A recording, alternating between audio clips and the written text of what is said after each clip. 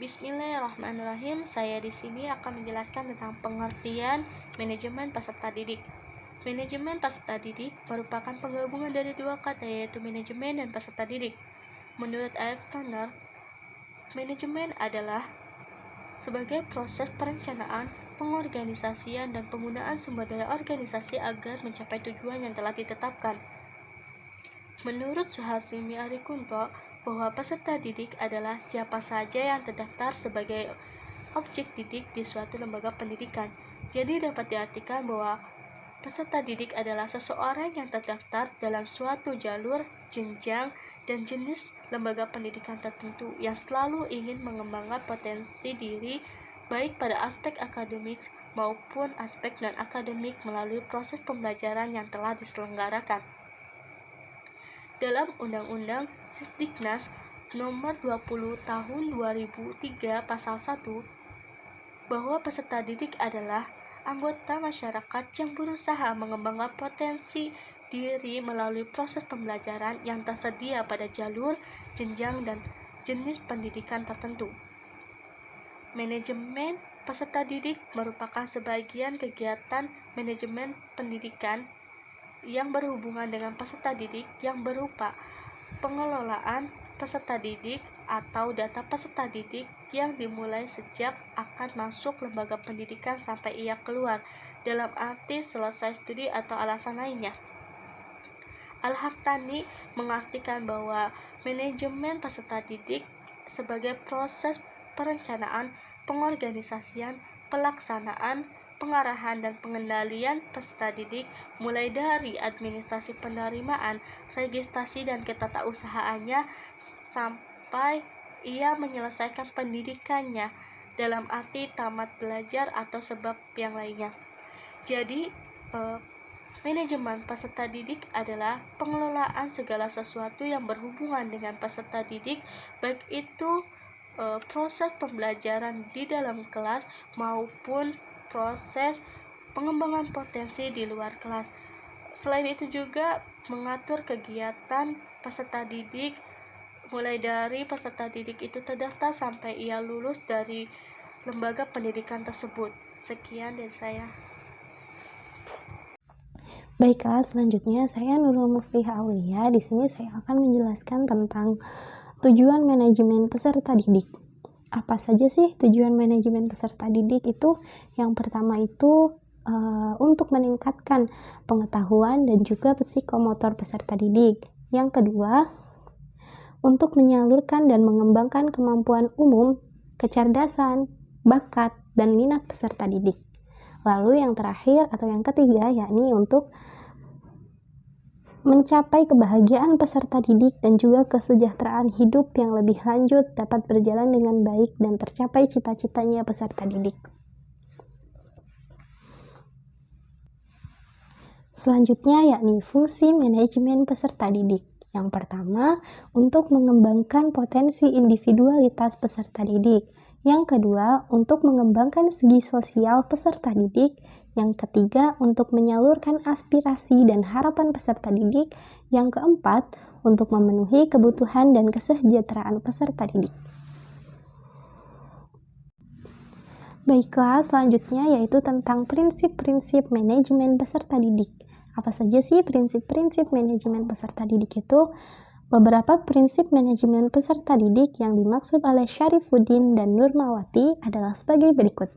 Yang pertama, peserta didik harus diperhatikan sebagai subjek dan bukan objek, sehingga harus didorong untuk berperan serta dalam setiap perencanaan dan pengambilan keputusan dengan kegiatan mereka. Maksudnya di sini adalah peserta didik juga harus berperan dalam pengambilan keputusan, ikut serta dalam pengambilan keputusan.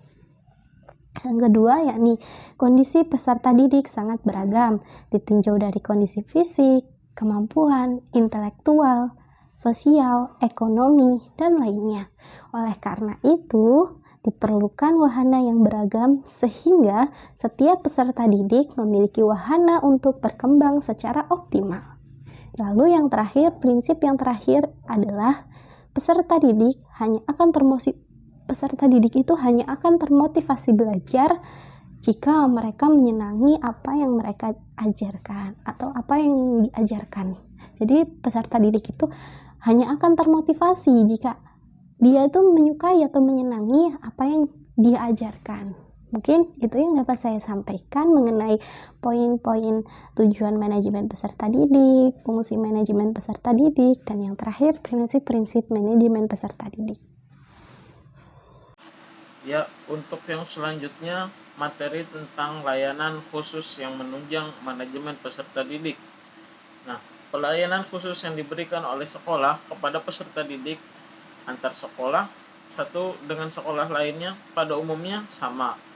Tetapi pada proses pengelolaan dan pemanfaatannya yang dilakukan itu berbeda. Beberapa bentuk manajemen layanan khusus yang ada di sekolah ini antara lain yang pertama, layanan perpustakaan peserta didik. Nah, perpustakaan ini mempunyai arti penting sebagai pusat sumber belajar dan sumber informasi bagi peserta didik. Perpustakaan juga dipandang sebagai kunci bagi ilmu pengetahuan dan inti setiap proses belajar mengajar. Perpustakaan dimanfaatkan peserta didik untuk mengembangkan dan mendalami pengetahuan yang diperoleh di kelas melalui belajar mandiri. Adapun tujuan perpustakaan sekolah yakni mempertinggi daya serap peserta didik terhadap materi-materi pelajaran yang diajarkan di sekolah. Nah, fungsi-fungsi perpustakaan di sekolah berdasarkan tujuannya yakni pertama, sebagai pusat belajar mengajar, lalu sebagai pusat penelitian dan telaah pustaka, lalu sebagai pusat ilmu pengetahuan, sebagai pusat rekreasi, dan sebagai pusat apresiasi dan kreasi. Ada dua jenis layanan perpustakaan kepada peserta didik, yaitu pelayanan kurkulasi dan pelayanan referensi. Lalu yang kedua ada pelayanan kesehatan peserta didik. Nah, salah satu bentuk pelayanan khusus sekolah adalah tersedianya unit kesehatan sekolah atau biasa kita kenal dengan singkatan UKS yang dapat dimanfaatkan oleh peserta didik untuk mengecek maupun berkonsultasi tentang kesehatan mereka. Nah, maksud diadakannya layanan kesehatan adalah untuk tercapainya keadaan sehat peserta didik beserta lingkungannya secara optimal sehingga dapat memberikan kondisi yang baik untuk belajar, tumbuh, dan berkembang secara optimal. Guna mencapai tujuan tersebut, beberapa jalan yang dapat ditempuh oleh sekolah adalah yang pertama, menanamkan hidup sehat kepada peserta didik dan mendorong kepada guru dan personalia sekolah memberikan teladan hidup sehat. Dan yang kedua, mencegah dan memberantas penyakit. Dan yang ketiga adalah memperbaiki dan memulihkan kesehatan melalui usaha-usaha seperti yang pertama, pengobatan ringan, yang kedua, imunisasi dan vaksinasi, yang ketiga, peningkatan dan perbaikan gizi, yang keempat, penanaman hidup sehat, yang kelima, melibatkan guru dalam keseluruhan usaha kesehatan peserta didik. Nah, pada dasarnya, tujuan layanan kesehatan sekolah ini adalah mengikuti perkembangan dan pertumbuhan peserta didik, lalu mengetahui gangguan dan kelainan kesehatan sedini mungkin, lalu mencegah penyakit menular, pengobatan secepat-cepatnya, dan rehabilitasi. Sedangkan fungsi layanan kesehatan di sekolah adalah menafsirkan keadaan kesehatan sekolah dan pegawai sekolah, lalu menasehati murid dan orang tua, memberikan semangat dan menyembuhkan penyakit, membantu dalam pendidikan anak-anak, membantu mencegah dan mengontrol penyakit, dan yang terakhir memberikan layanan darurat untuk luka atau penyakit yang datang secara tiba-tiba. Nah, lalu yang ketiga adalah layanan bimbingan konseling peserta didik yang biasa kita kenal dengan BK. Bimbingan konseling merupakan layanan yang dapat digunakan peserta didik untuk berkonsultasi tentang masalah yang dialami peserta didik. Tujuannya secara umum adalah untuk membantu siswa mengenal bakat, minat, dan kemampuannya secara memilih dan menyesuaikan diri dengan kesempatan pendidikan untuk merencanakan karir yang sesuai dengan tuntutan dunia kerja. Sedangkan tujuan khususnya adalah membantu siswa agar dapat mencapai tujuan-tujuan perkembangan meliputi aspek pribadi, sosial, belajar, dan karir. Lalu yang selanjutnya adalah layanan kafetaria peserta didik. Nah, layanan kafetaria ini adalah layanan makanan dan minuman yang dibutuhkan oleh peserta didik di sela-sela mengikuti kegiatan belajar mengajar di sekolah sesuai dengan daya jangkau peserta didik.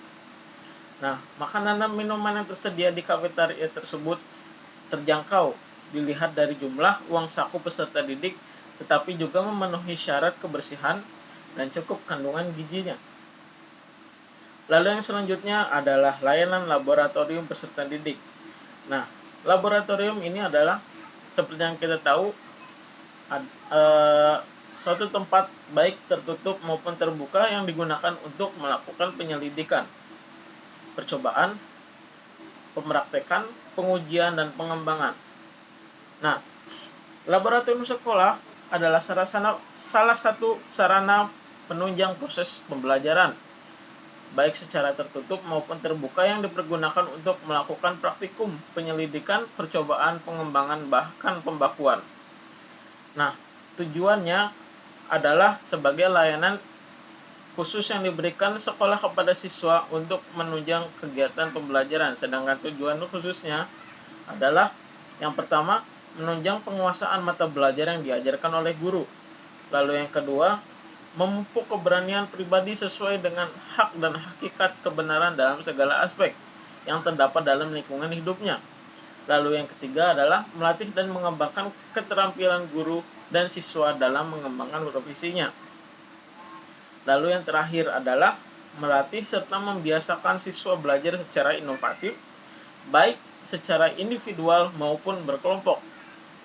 Adapun fungsi laboratorium adalah sebagai berikut. Yang pertama, alat atau tempat untuk menguatkan dan memberikan kepastian informasi. Lalu yang kedua adalah alat untuk menentukan hubungan sebab dan akibat. Lalu yang ketiga, alat untuk membuktikan benar atau tidaknya, atau nama lainnya adalah verifikasi faktor-faktor atau gejala-gejala tertentu. Yang keempat adalah alat untuk mempraktekkan apa sesuatu yang untuk diketahui. Dan yang kelima adalah alat untuk mengembangkan keterampilan. Yang keenam, alat untuk memberikan latihan. Yang ketujuh, alat untuk membentuk siswa belajar menggunakan metode ilmiah dalam pemecahan masalah. Dan yang terakhir adalah alat untuk melanjutkan atau melaksanakan penelitian perseorangan atau kelompok. Nah, lalu yang selanjutnya adalah layanan koperasi peserta didik. Koperasi sekolah adalah koperasi yang dikembangkan di sekolah, baik di sekolah dasar, menengah, maupun sekolah tinggi, yang dalam pengelolaannya melibatkan guru atau personalia sekolah. Sedangkan koperasi peserta didik atau biasanya disebut dengan Kopsis adalah koperasi yang ada di sekolah, tetapi pengelolaannya adalah oleh peserta didik.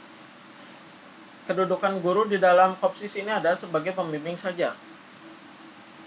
Nah, tujuan umum Kopsis adalah membentuk sifat gotong royong dan saling membantu antar sesama peserta didik. Adapun tujuan khususnya adalah yang pertama, menanamkan rasa solidaritas di antara peserta didik di sekolah. Yang kedua, melatih hidup gotong royong. Tiga, mempertinggi rasa kekeluargaan baik antara peserta didik. Yang keempat, untuk melatih peserta didik berorganisasi. Yang kelima, untuk melatih peserta didik menyimpan dan mengembangkan modal melalui koperasi.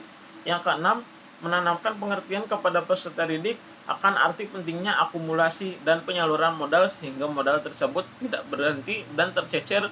Lalu yang terakhir adalah memberikan bantuan kepada peserta didik yang membutuhkan kredit. Nah, fungsi Kopsis secara umum adalah sebagai wahana pendidikan koperasi kepada peserta didik. Lebih jauh lagi, fungsi Kopsis adalah untuk pembentukan kader-kader koperasi di dalam masyarakat. Lalu yang selanjutnya adalah layanan keamanan peserta didik. Nah, layanan keamanan merupakan salah satu layanan yang penting dibutuhkan oleh peserta didik karena rasa aman saat berada di sekolah akan berdampak pada proses pembelajaran. Salah satu bentuk layanan keamanan adalah adanya satpam di sekolah. Ya, mungkin sekian presentasi dari kelompok kami. Mohon maaf bila ada salah kata. Wabillahi taufiq wal hidayah. Wassalamualaikum warahmatullahi wabarakatuh.